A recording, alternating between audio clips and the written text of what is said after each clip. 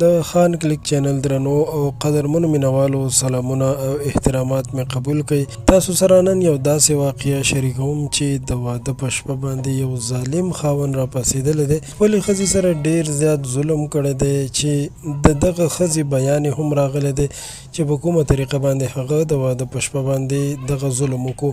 د دغه ښځې په وایس میسج کې د هغې په خبرو کې تاسو سره دغه ویډیو شریکوم. موږ سره تر اخره پاتې شئ.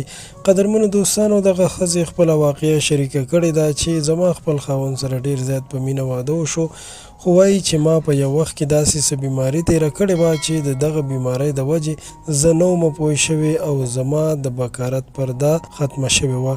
دا وایي چې بیا کله زموږ واده وشو نو د واده په شپه باندې ما د خاوند سره ښه په مینه محبت خبرې وکړې، خو د هغې نه پس چې کله زموږ دغه کوروالی وشو نو د دغه نه پس د خاوند مې ما سره نالګي شروع شوله او زه یې دومره ووهلم وټکولم چې وایي چې زه بیا د بېهوشۍ په حالت کې هسپتال ته ورسول شوم چې بیا هلته د دې جینۍ مور پلار ته خبر ورکړل شوی دی، هغوی راوستل شوي دي او دغه خپله لور یې ورته حواله کړې ده. دا جینۍ وایي چې د هغې نه پس بیا ما د دغه هلک نه طلاق واخیستو او وایي چې زما بیا یو بل ځای کې واده وشو چې اوس ډېر خوشحاله ژوند تېروم. خو دا ښځه ټولو هغه ځوانانو ته پیغام ورکوي چې د خدای دپاره هېڅکله هم دا شرط مه ګڼئ چې یوه ښځه دې بکارت پرده روغه نه وي نو هغه به بدکاره وي، بلکې د هغې په باره کې تحقیق وکړئ، وګورئ چې آیا رښتیا هغه دغسې بدکاره ده یا د هغې کرکټر کیریر وګورئ نو بیا به درته معلومه شي. بالکل دا صحیح خبره ده.